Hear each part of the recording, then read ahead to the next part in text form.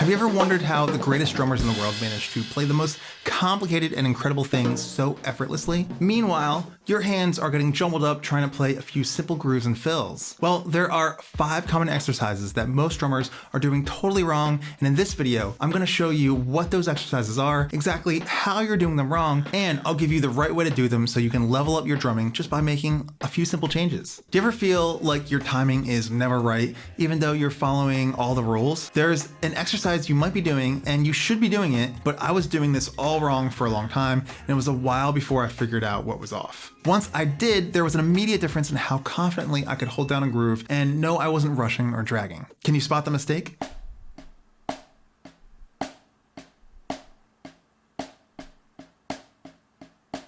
It's a pretty common one that holds back a lot of drummers.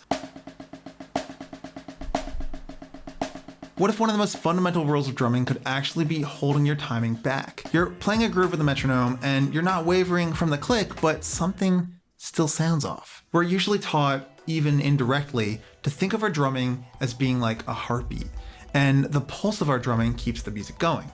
And it's not a bad analogy, but it misleads new drummers because they end up placing all of their focus on the most obvious parts of the beat. So if you can play to a click, but your timing still feels too wobbly or too stiff despite hitting all the right beats, I want you to think of your timing instead like the ticking of a clock. It's not just the hourly chimes that keep the clock accurate, it's the consistent, even ticking of each second. Your drumming should focus on the even subdivision of beats, not just the beats themselves. So for this specific exercise, what mistake do you need to fix? Well, here's how you do it.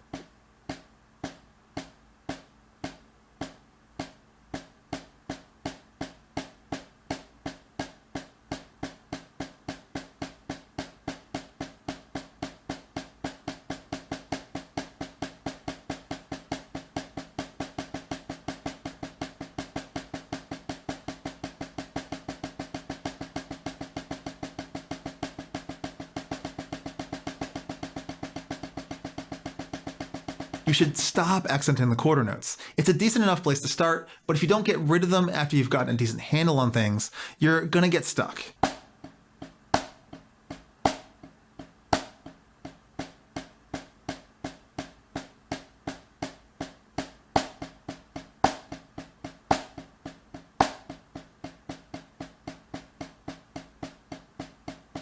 When you even out all the strokes, you have to feel the pulse internally, independent of your hands, and it forces you to think about all your subdivided notes as equally important parts of the whole. And speaking of important parts, are you bored with your paradiddles? Or even worse, do your paradiddles sound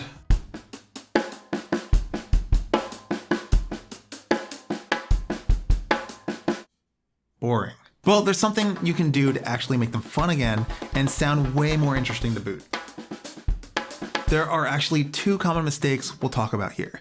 Think of your paradiddles like a basic recipe. Sure, you can follow the instructions exactly and get an edible dish, but the paradiddle as it's written, it can taste a bit bland. You've got to make it pop. Paradiddle mistake number 1 is this. What do you see wrong with it?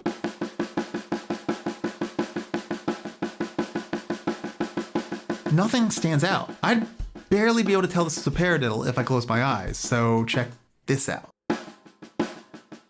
Do you hear the difference? We're creating dynamic contrast that makes the outline of the rhythm pop out so much more, and this will make an enormous difference in the clarity and expressiveness of your paradiddles. So what about paradiddle mistake number 2? Well, by adding these proper dynamics, we've at least added salt to the basic paradiddle recipe. It tastes good, but does it blow you away? Nah, we gotta spice it up. So what do you want? Cajun spices, a little jalapeno, everything bagel seasoning? Check out what it can sound like.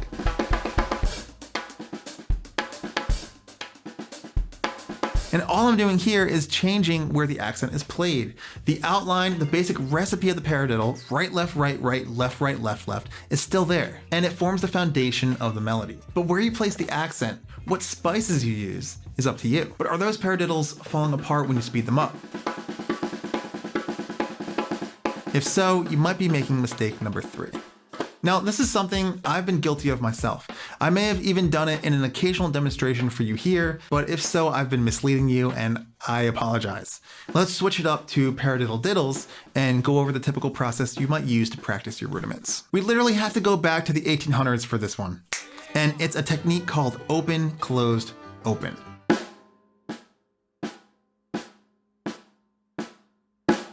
What you do is start your rudiment very slow and gradually, little by little, speed it up until you've reached your maximum speed, and then slow it back down.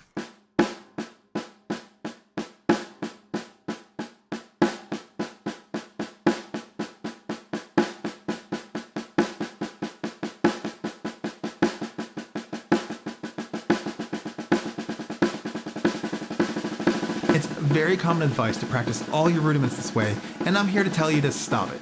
Just stop doing it. Stop it. It's fine enough if it's part of a performance, and I think that's great and it can sound pretty cool. But it's the method you should use the least while practicing. Why is doing it holding us back? Well, it goes back to exercise number 1, the subdivision tree, and the heartbeat. Because if you're practicing slow to fast to slow, you are literally practicing rushing and then dragging and never staying locked to one tempo. So think about that heartbeat, or better yet, that ticking clock. I teach every drum hub student to practice to a metronome, and when they're ready to speed it up, stop, pause the metronome, increase the tempo, and start again fresh. But what if it's your flam rudiments that sound boring? Well, there's a simple adjustment that can make a huge difference. Think of rights, lefts, and flams like different syllables, and those syllables make up the words that you speak with. We've already spiced up your rudiments by changing what syllables are emphasized, but there's so much more to how we actually speak expressively. If all you did was get loud and then get quiet, you're missing out on a lot of interesting ways to communicate. Playing your flams like this is limiting. So how else can you be expressive with your flams? Well, here's 4 ways. Squish them together.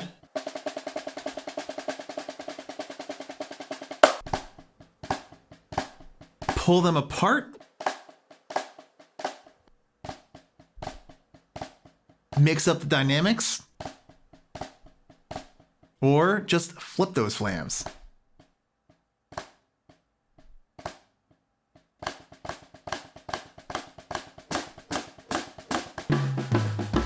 But messing with the literal timing of your flam rudiments could easily throw your whole groove off, so you need to ask yourself, is my timing truly as solid as I'd like? There's a foundational step that's often overlooked to fixing this. I used to practice to a metronome and do all the stuff we talked about earlier, and I still had trouble feeling truly confident about my timing.